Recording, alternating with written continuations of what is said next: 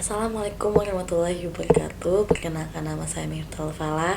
Saya adalah peserta latihan dasar CPNS tahun 2023 Angkatan 13 kelompok 6 nomor absen 20. Saya hari ini akan menjelaskan pembelajaran sinkronus saya bersama Coach Ade mengenai manajemen ASN dan Smart ASN. Apa sih itu manajemen ASN?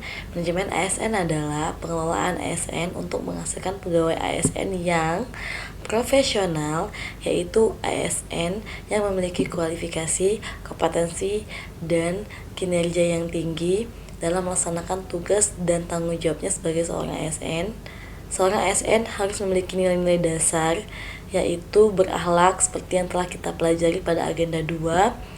Ada 7 nilai dasar. Yang pertama berorientasi pelayanan, yang kedua akuntabilitas, yang ketiga kompeten, yang keempat harmonis, yang kelima loyal, yang keenam adaptif, yang ketujuh kolaborasi.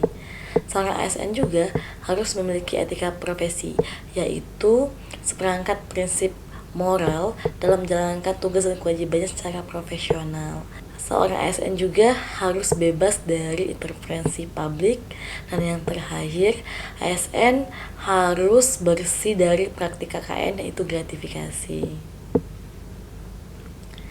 Ada 3 fungsi dan tugas ASN secara pokok. Yang pertama, pelaksana kebijakan publik, yaitu melaksanakan kebijakan yang dibuat oleh pemerintah secara adil dan tegas berdasarkan Undang-Undang Dasar.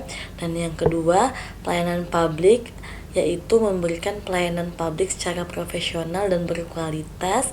Dan yang terakhir, ASN sebagai perekat dan persatu bangsa, yaitu mempererat persatuan dan kesatuan negara Republik Indonesia.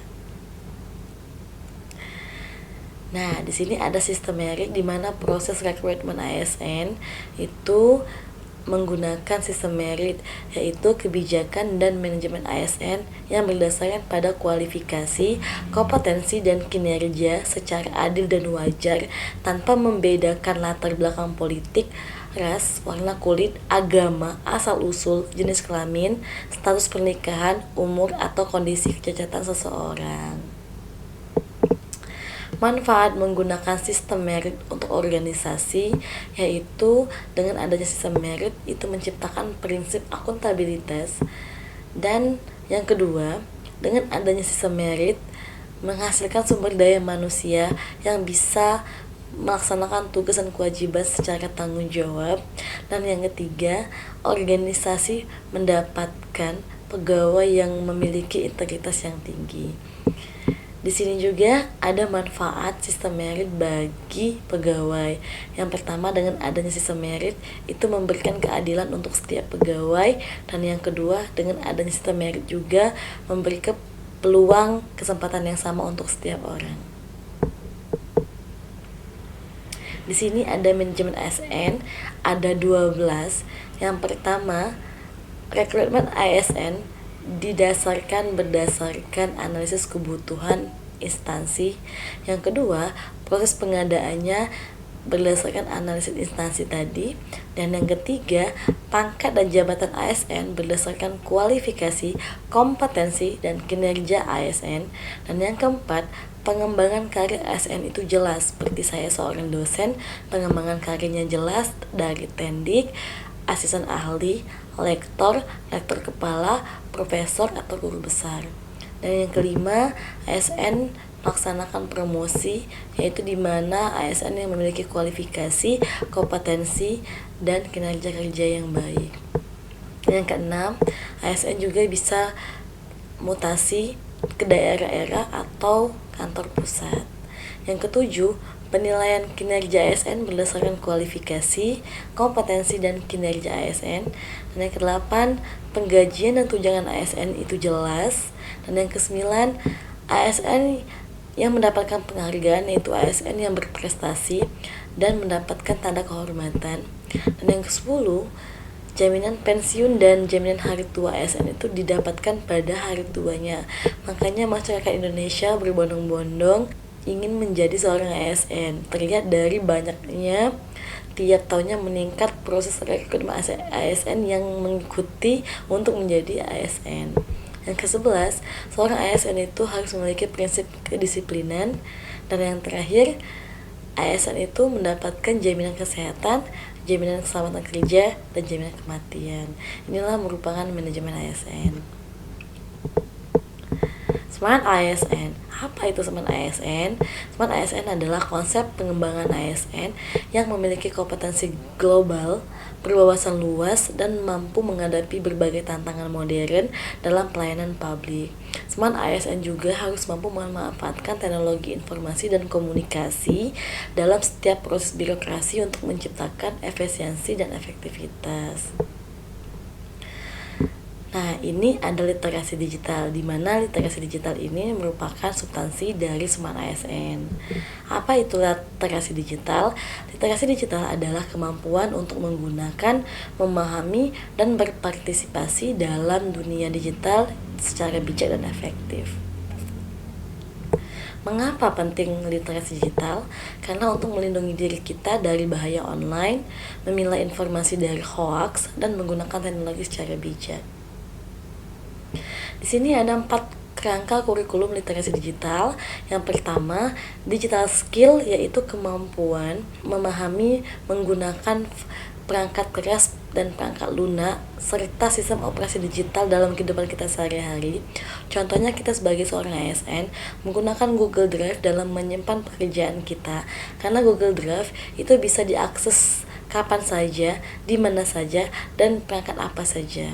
Dan yang kedua, digital culture, yaitu kemampuan dalam membaca, menguraikan, dan mengembangkan wawasan global, wawasan kebangsaan, nilai Pancasila, Bhinneka Tunggal Ika melalui kebudayaan digitalisasi dalam kehidupan kita sehari-hari. Contohnya, kita bisa mengakses berita terkini tentang Indonesia melalui kebudayaan, dan kita bisa mengetahui prestasi yang dicapai oleh anak bangsa melalui berbagai media sosial. Yang ketiga, ada digital ethics. Ialah digital ethics itu merupakan kemampuan untuk mencontohkan dan menyesuaikan diri dalam pengelolaan di etika digital dalam kehidupan kita sehari-hari. Contohnya apa? Contohnya dalam memberikan komentar positif di media sosial, tidak mengujar kebencian ataupun memberikan spam yang terlalu banyak. Dan yang terakhir, digital safety, yaitu kemampuan kita berdigital dalam keamanan, yaitu kita harus memilah, kita harus mengenali dan menganalisis keamanan cyber yang aman pada kehidupan kita sehari-hari untuk melindungi data diri kita. Contohnya apa? Contohnya kita melakukan dan menerapkan autentifikasi dan verifikasi 2 langkah pada email kita. Menuju literasi digital yang kuat, yuk bertindak bijak dalam mempraktikkan pengetahuan literasi digital di kehidupan kita sehari-hari.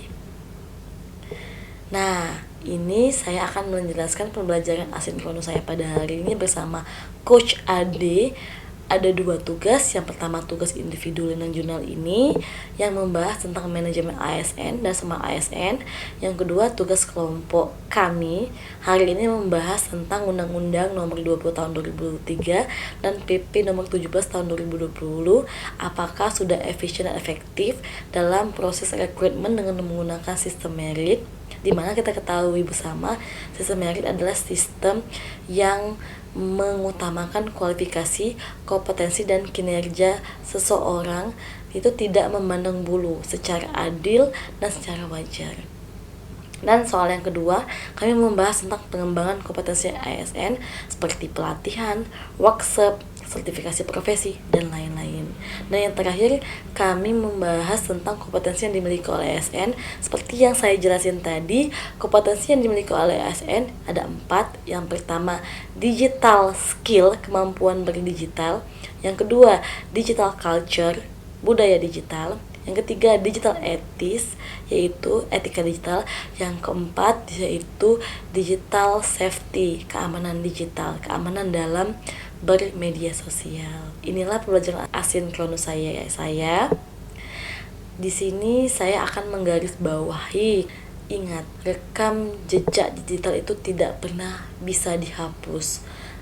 cara satu-satunya adalah kita harus mempelajari dan menerapkan literasi digital dalam kehidupan kita sehari-hari. Yuk bijak dalam bermedia sosial. Oke, ini saja yang dapat saya sampaikan di kesempatan video kali ini. Semoga bermanfaat untuk kita semua. Assalamualaikum warahmatullahi wabarakatuh.